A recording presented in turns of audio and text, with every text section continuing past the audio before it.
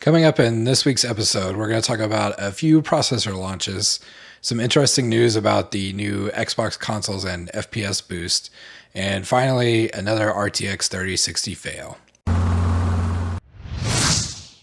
Welcome to episode 5 of Tech News on Laughing Lark Labs.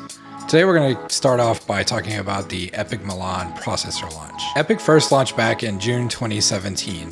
And at the time, AMD laid out a 3-year roadmap on how they were going to challenge the 99% market share of Intel.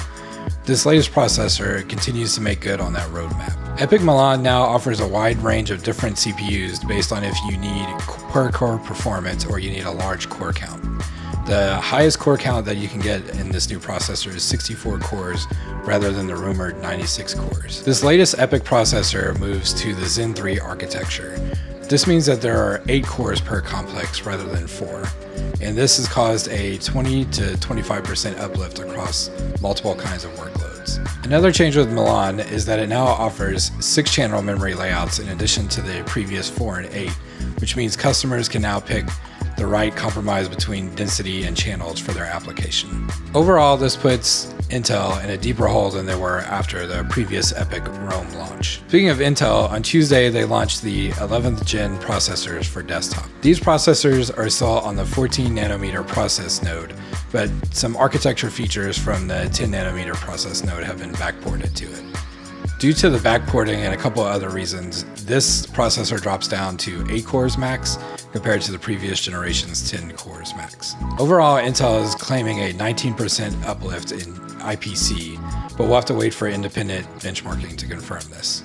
As part of this processor launch, Intel is also releasing the Z590 chipset. And this is the first chipset that brings Intel's desktops into the PCIe 4.0 age. Another improvement is that Z590 now offers 4 extra PCIe 4.0 lanes to talk directly to an NVMe drive.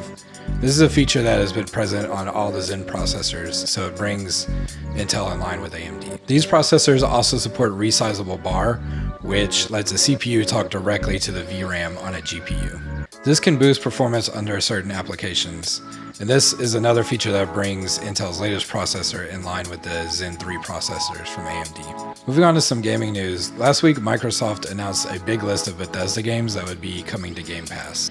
And they also mentioned that Prey and Dishonored would support FPS Boost. If you're unaware, FPS Boost is a feature on new Xbox consoles that allows an increase in frame rate for older games without them being updated. This happens at a really low level, so it has to be enabled on a game-by-game basis. According to Digital Foundry, this has greatly improved the enjoyment of both of these games. Prey had a lot of frame rate and latency issues on the last generation of consoles, and FPS Boost pretty much eliminates all of that. And in the case of Dishonored, even though it's still running at 1080p, you now get a smooth 60 frames a second instead of 30 frames a second. It's definitely worth checking out Digital Foundry's video if you want more details. I'll put a link in the description below. Now let's talk about the RTX 3060 again.